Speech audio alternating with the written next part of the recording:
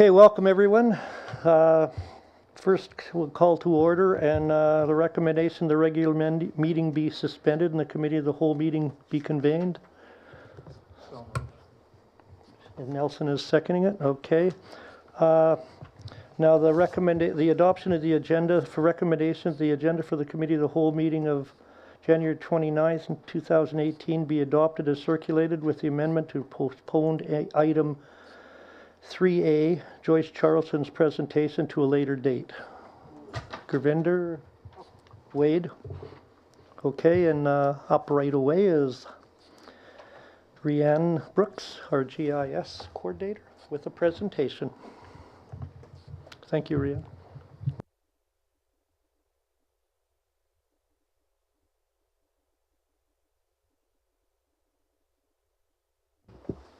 Good evening. I'm here tonight to present on GoMap, which is our GIS online map. It's the city's very own web map that can be used by the general public for information retrieval using an intuitive spatial interface. So in order to access GoMap, I'll be doing a demo on the screen here. You first start by going to the princerupert.ca website, and up in the right-hand corner, there's a link to GoMap. When you select GoMap, you'll be presented with a disclaimer, and it's important to give this a thorough read-through, and once you've done so, you click OK down at the bottom of the page, and you are presented with GoMap. I'm going to minimize this just so that you can see the full screen. So this is available to anyone who has access to a home computer. It's for homeowners, city staff, realtors, developers, or anybody else who's interested in retrieving basic information about the city. So there's a few basic functions I want to show you on GoMap. The first is down here, where we can zoom in or zoom out on the map. We can also pan around on the map, very similar to other mapping that you might use, like Google Maps. We can also retrieve information on properties of interest. So if we zoom in, you'll notice that addresses will begin to show on the map. And once we zoom into a particular property we're interested in, we can select that property, and we have a whole host of information we can pull up on that particular property. We can pull up, for instance, the lot information, and this will give us detailed information about the property ID or the PID, the lot, block, and plan number for that particular property, as well as the legal description. If we then select this property again, and this time we look at the zoning information, it will tell us the particular zone for that property, and it will also give us a link that we can select, which will bring us to the zoning bylaw on the City of Prince Rupert website. So if I select this, you'll see that we've got access right here to the zoning bylaw. And you can then scroll through the zoning bylaw in order to find particulars about the property you're interested in. If we repeat the same process again, we can pull up information from BC Assessment. And from BC Assessment, we're able to access a roll number. And this is also an important piece if you're looking for certain pieces of information on a particular property. There are other things we can do as well on GoMap.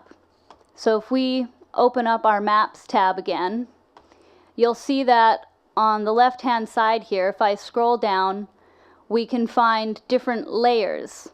And we can turn these layers on or off simply by clicking on the green button.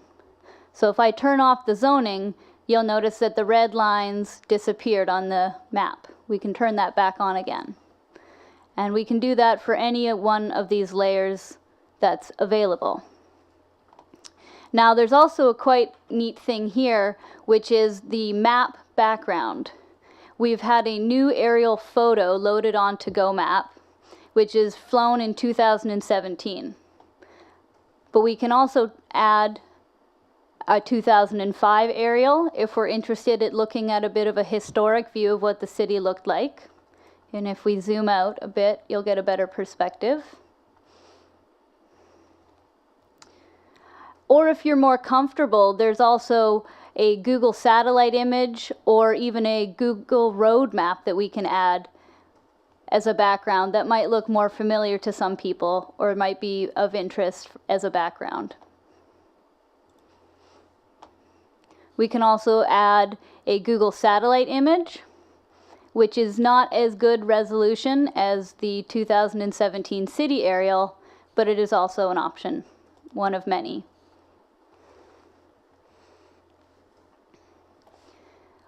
The other available maps that we have on GoMap, if we go back to our list, we have things like the BC Transit bus route map. And this one is fairly simple, but what it allows us to do is view the bus routes around the city as well as the locations of bus stops shown with the triangle and bus shelters shown with the red square. And that's presented here in the legend. And along with this, we can do things like select the bus route that we're interested in, and we can bring up the information about that particular bus route. So it tells us it's route number 52, it's the summit route, and there's also a link here that redirects us to the BC Transit website where we can pull up information like the bus schedule.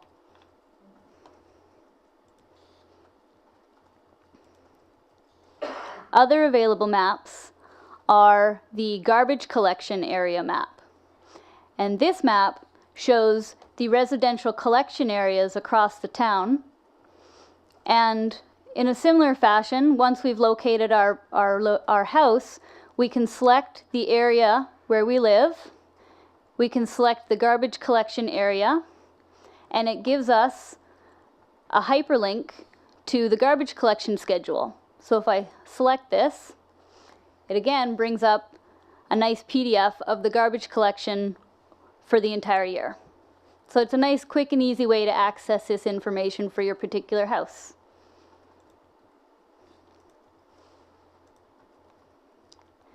We also have maps that look specifically at the OCP. And again, it does a similar function where once we locate a property we're interested in, we can select that property and we can pull up land use information. This land use information will tell us that it's an open space and parks, and then we also have a link to the OCP through the city website. So if we select that, it brings us to the OCP, where we can then look further into the different types of land use categorization that we're interested in.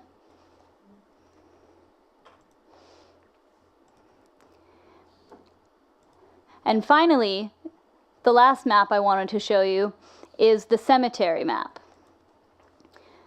The cemetery map gives us a location where the cemetery is, and it also breaks down the cemetery by section or block. If I select one of these locations by zooming in and selecting a section, I can then pull up the section information where it gives me the block, the lot, the plot, and the tier together to make the plot number in the cemetery. I can then take this information, and by selecting this hyperlink, it will redirect me to the city's cemetery database. And from here, I can launch this database and search for a loved one using that information.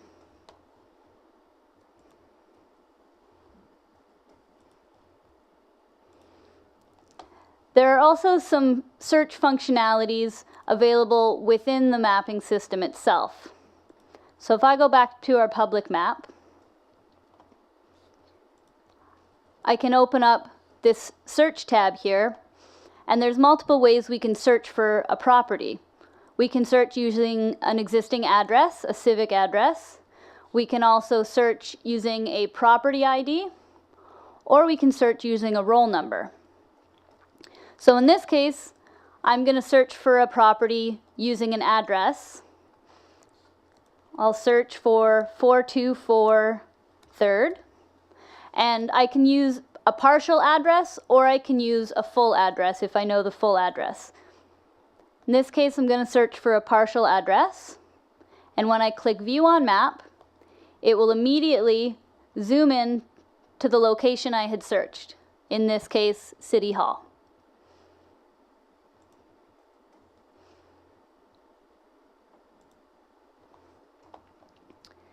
And finally, we can also search using a PID or a property ID.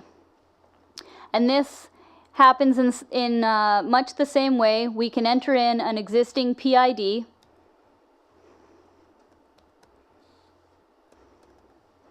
and we select View on Map, and it will again zoom us to that particular property ID and highlight it for us.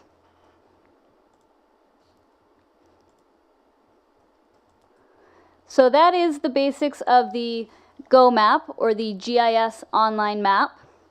It can be used to retrieve property information and for general information gathering, but it's important that it does not be used as a replacement for a legal survey or for a plot plan or a site survey or any legal information about a particular property other than the legal description. And you should always consult City Hall if you have any questions about any of the information you find on the Go Map. Okay? Awesome. Very good. Questions? Go ahead. Thank you, Mr. Chair. This is great, and thanks for your presentation. I think this be great tool for our community and also for the tourists as well. I'm wondering, like, if somebody looking for open their business in our community, is there any link they can go and check there what kind of requirements they need, or they have to talk to City Hall for that? Yes, so if somebody is interested in a particular property, they can do some preliminary information gathering through Go Map, where they can find information about zoning and the zoning requirements, and they can also find out information through the OCP and the land use categorization. That was great, Ms. Brooks. Could you tell me, are we able to access on this particular map a couple of things? One is the utilities. A second thing is which lots are undeveloped. So when we were going through with Mr. Krekic, when we were going through Prince Rupert, he could compile a map with all of the cities owned, at least, undeveloped lots. And then the third thing was streams, underground streams. So I know that we used to have a map with those 3 layers on it, although it was, you could play to find them, and I was just wondering if this map has them, or if that's a different map. Yes, so there are different layers that can be added into the public-facing map at some point if that's an interest. At this time, we do not have the utilities displayed on here, but those are certainly options that can be discussed. Yeah. So is there another map that used to be on the site, or is that a different map? So there is also an internal login access that is available for staff members, for city staff, and through that there are also other layers that can be made available. So that's probably what you're thinking? Yeah, okay, good.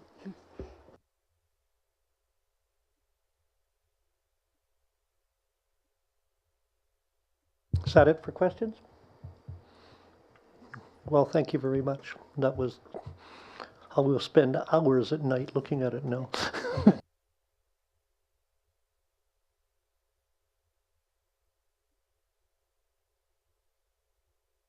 Okay, do we have any questions or inquiries from the public gallery?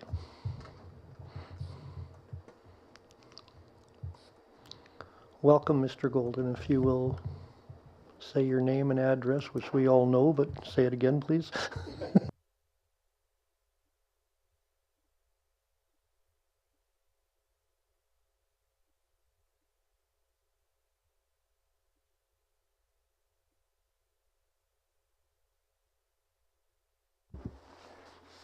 was going to push that, and no, I don't.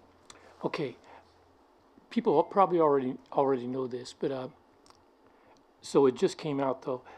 First Call BC produced the BC Child Poverty Report 2017. It just came out within the last little while, but it's dated November 2017.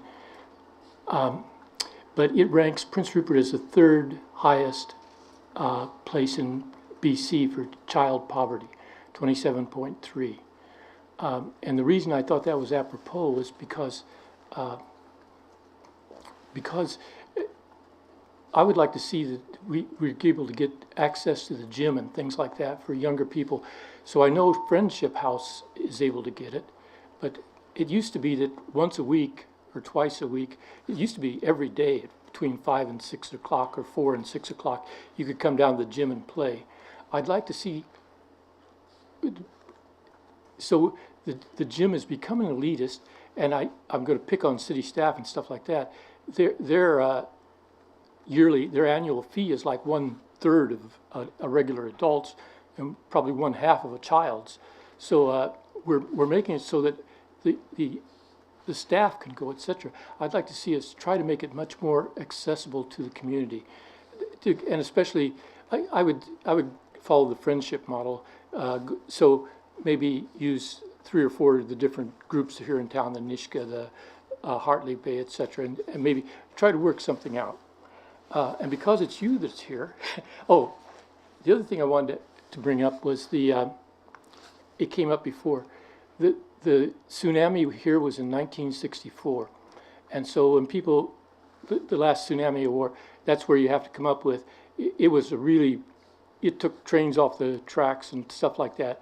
I was going to do the research, but so yes, we have had severe tsunamis. And so it's a good thing we try to get people, especially in the lower, I don't think at that place it came up and got any of the properties, but it certainly showed that it can do damage. Okay, so yeah. So, and it's because you're here too. The parking. I see, though we've got this person in an expensive van going around, we also have people that are parked continuously, and these are businesses in certain spots over town. Often right beside a sign that says "Do not park more than 2 hours," and when I asked about it before, Patrick told me he didn't deal with them because he was told by staff not to. I won't go into who he was told him to, etc. So I think, and I would say, and it was because it's you here that you're interested in that kind of thing, that if you can't be giving some people, because who knows why, free parking continuously, and I can tell you the names of the people off or the companies offline if you want. You just can't be doing that. I'm suspecting we open it to a class action at some point. And speaking of class action, we have a bylaw in place that says there will be a meeting on the second and fourth of every month, etc. So again, it was done in cameras, presumably, that the schedule was going to be, presumably because of the election. So we're not going to be having meetings in September, October, or whatever. And I'm dubious that could be done without some sort of a formal thing, because you've got a bylaw that says it shall be done. And secondly, I think you're opening yourself. And thirdly, I'd hope you would say that, no, we won't have in-camera meetings during that time. Since legally you've said we're not going to have any meetings. And so to have an in-camera meeting, you're going to have a meeting and then close it to the public. And so technicalities. Okay, thank you. Any questions for Mr. Golden? Or comments? I'll make some comments. On the first one, I don't think the rec center is an elitist area. We have programs in place for, I might have the name wrong, and David can correct me if I'm wrong, but we have programs in place where every kid gets to play. They can go down there, any kid at any time, and apply for that. Families apply for it. and it's open to programs as well as just drop-ins and that. And it's one of the things that both Councillor Rendau and I, when the fees were put up, we made sure that was in place because we were concerned about the lower income bracket not being able to use it. And it has been used quite extensively the last few years. So there, I correct you on calling it an elitist attitude.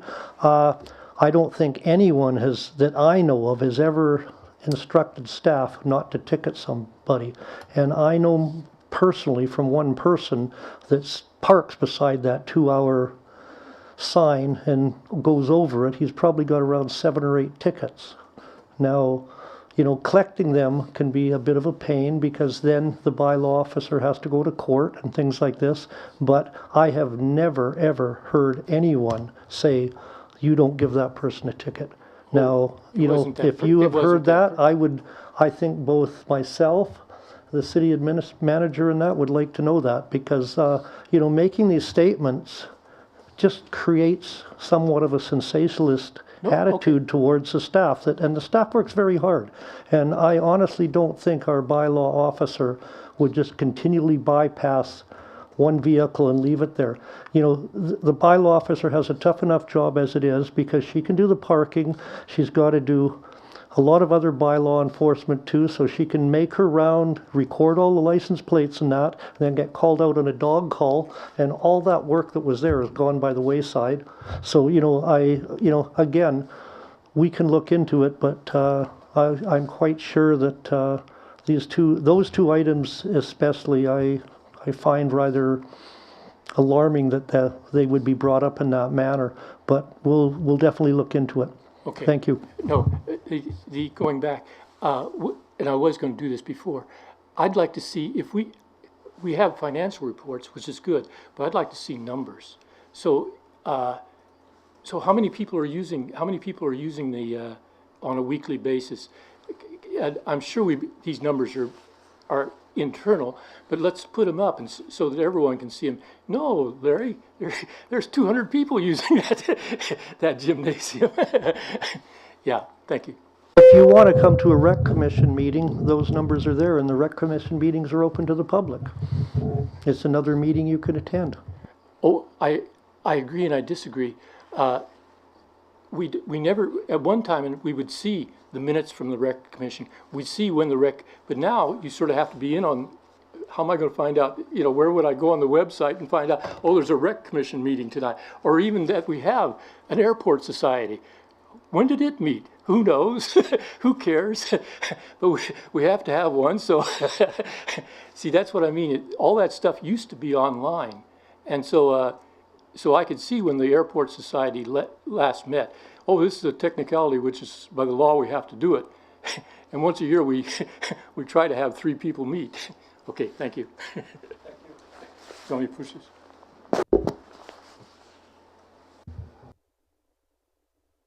Any more questions from the public? Okay, if that's the end of it, then I'll ask to close the committee of the whole meeting. Second, Wade, and then we'll go back to the regular committee meeting, or regular meeting. And call to order, recommendation that the regular meeting agenda be adopted. Wade and Nelson, thank you. Okay, recommendation that the minutes of the special council meeting of January 15th, 2008 be adopted. Ravinder and Wade. And recommendation that the minutes of the regular meeting of January 15th, 2008 be adopted. Joy.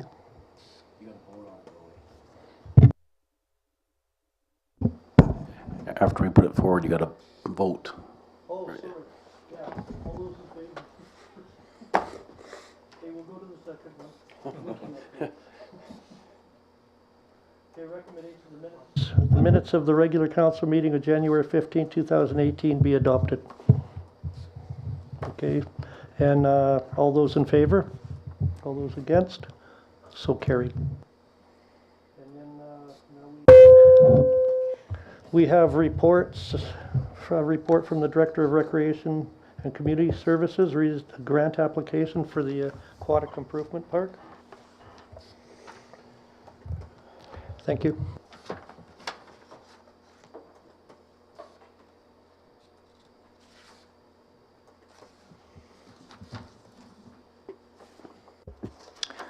I'd like to recommend that Council approve a grant application to NDIT's Community Halls and Recreation Facility Funding Program for $15,000 toward the Aquatic Improvement Project.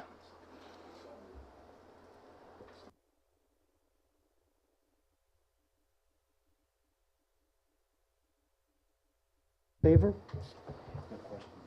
Or is there any questions? Yeah. Sorry. So where we can use this grant for? What's the plan to use, where we can use this grant? This grant is for the Aquatic Improvement Project, which includes a few capital projects that have already been approved for pursuit previously. Any more questions? Okay. We'll vote then. All in favor? All against?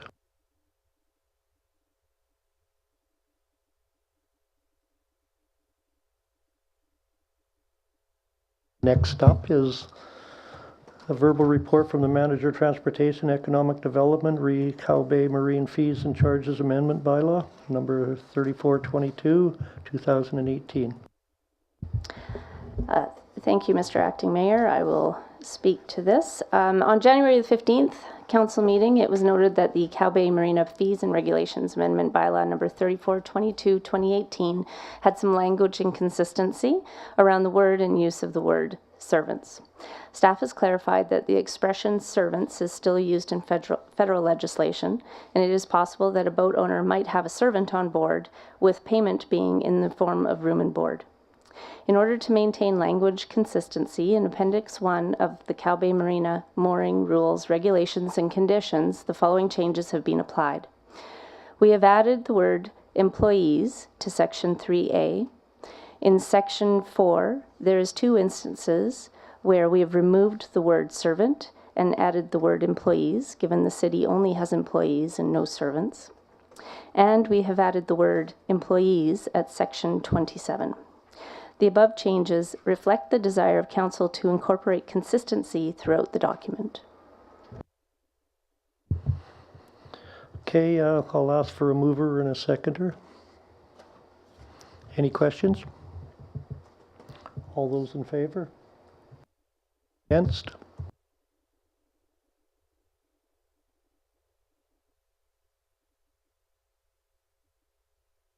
Up again is the verbal report from the Director of Recreation Community Services, Recreation Fees and Charges Bylaw number 3423, 2018.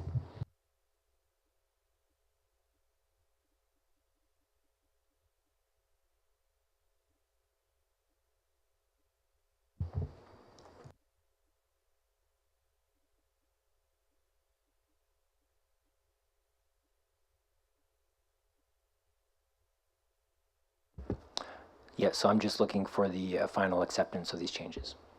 Recommendation that council accepts the recreation fees and charges bylaw number 3423, 2018. Do I have? I was wondering if they could be explained and to make sure that the public knows what we're talking about. Could you do that, David? Sure. So we're making a few changes to the bylaw after a period of time where we've had a chance to evaluate them. The first change is to the parking space fee. We're changing the word parking lot to parking space so that we can have a little more flexibility in how we rent those spaces out, and we're not forced to charge vending trucks for multiple spaces or putting them in spaces where we don't want them to go. And the second part of that is that we want to change that fee as reflected in that bylaw report. We want to change that fee to be more applicable to what we think the intention of the fee is. So from that the previous fee, which is $30 per hour, to the new fee as it's listed. And then the other change we wanted to make was to the chairs and tables rental fee. We want to put a cap at 4 days to a maximum of 7 days, so that the fee does not unfairly target large events and groups that are renting the facility for multiple days in a row. Where in the past what's happened is they've been charged large fees on that rental that aren't fair.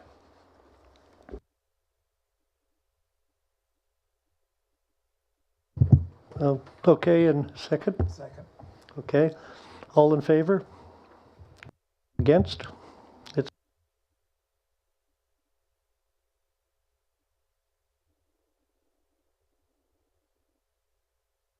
Do we have any questions or comments from council? Well, this is, I'm never too sure about what we do when people stand up in the cow meetings and we're not supposed to have cross back and forth debate. And I just wanted to say, because I think Mr. Golden left the, if somebody heard his comments, would leave thinking that tsunami in 1964 actually did the city great damage. And there's a report, it's by the Canadian Hydrographic Service, that I read earlier, and I just found it again on this computer, and Department of Mines and Technical Surveys, and the report was made in August 1964, and it was about the 1964 earthquake and tsunami. And they have the stats on here from Prince Rupert, and the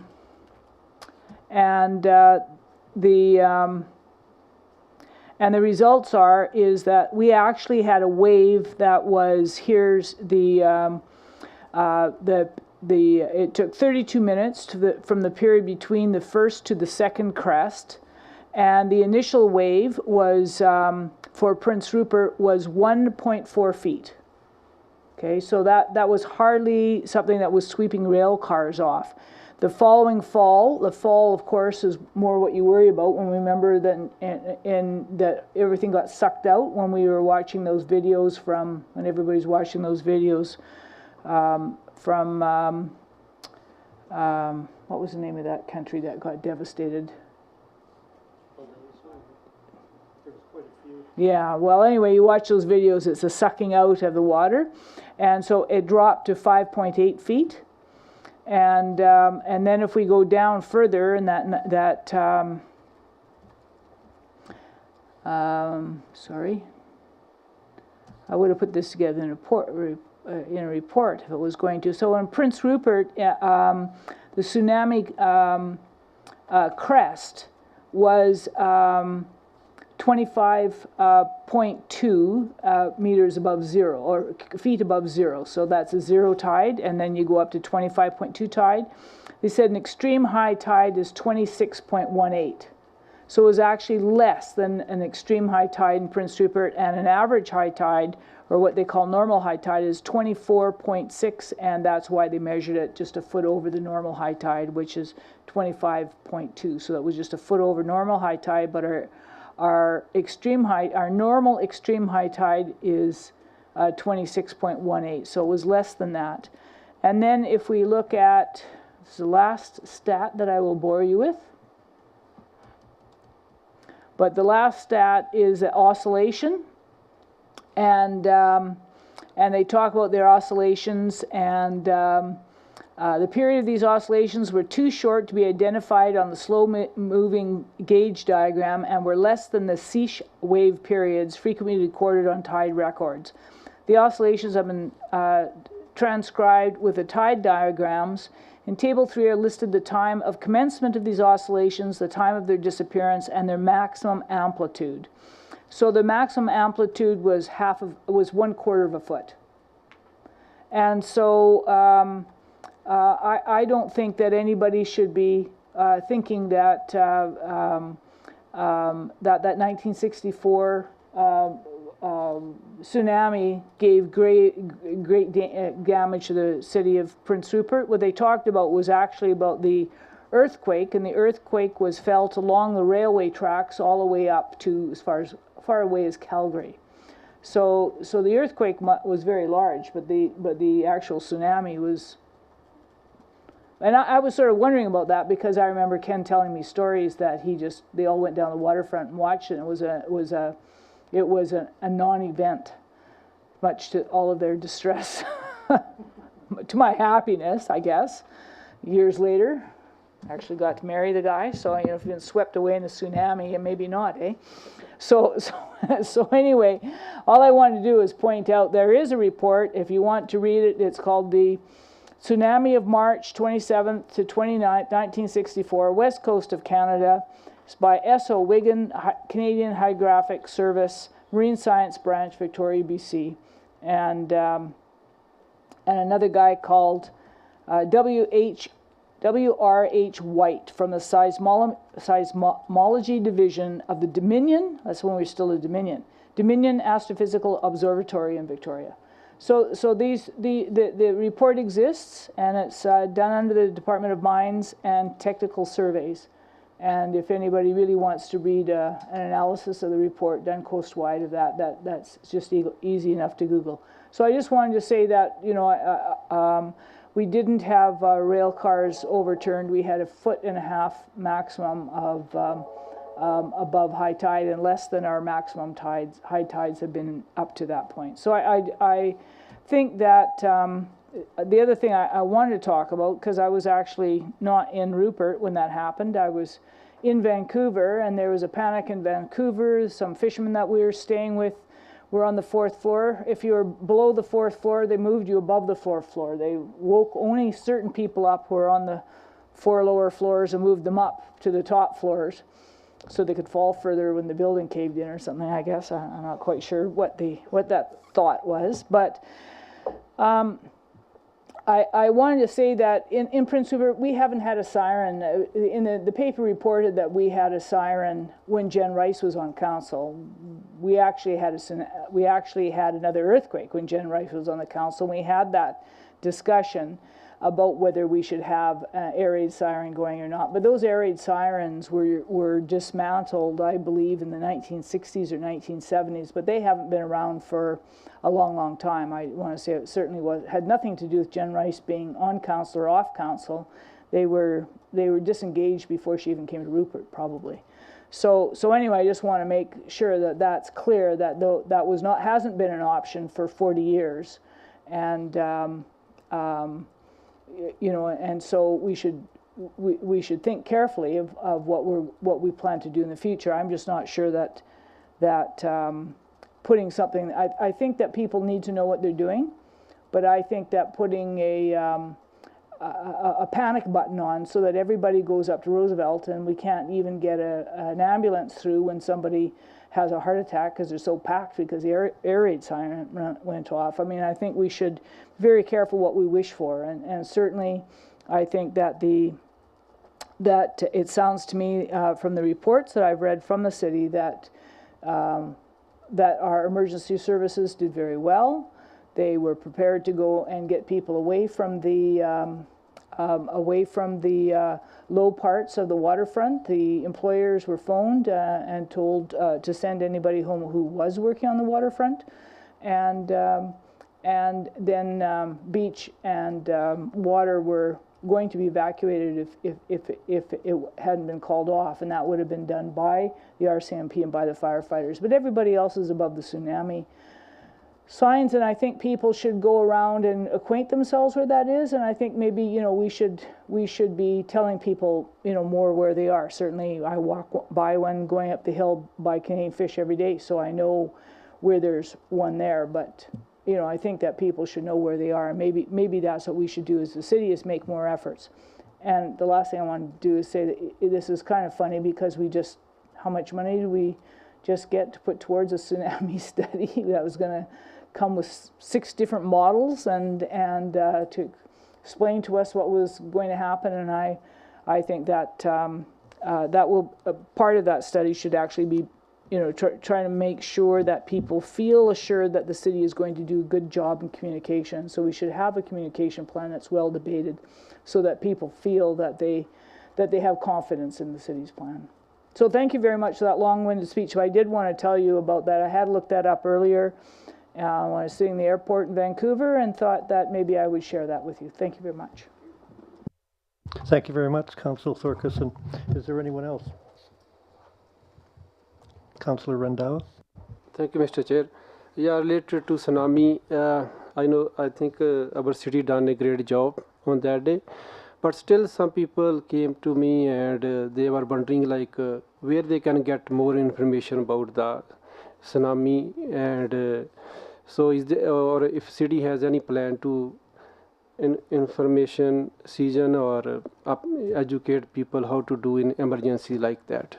Can Thank you for that. And thank you, Councillor Thorkelson, for mentioning some of the things that Fire and RCMP were already poised to do. We were located down in the areas that needed to be evacuated first, should the need arise.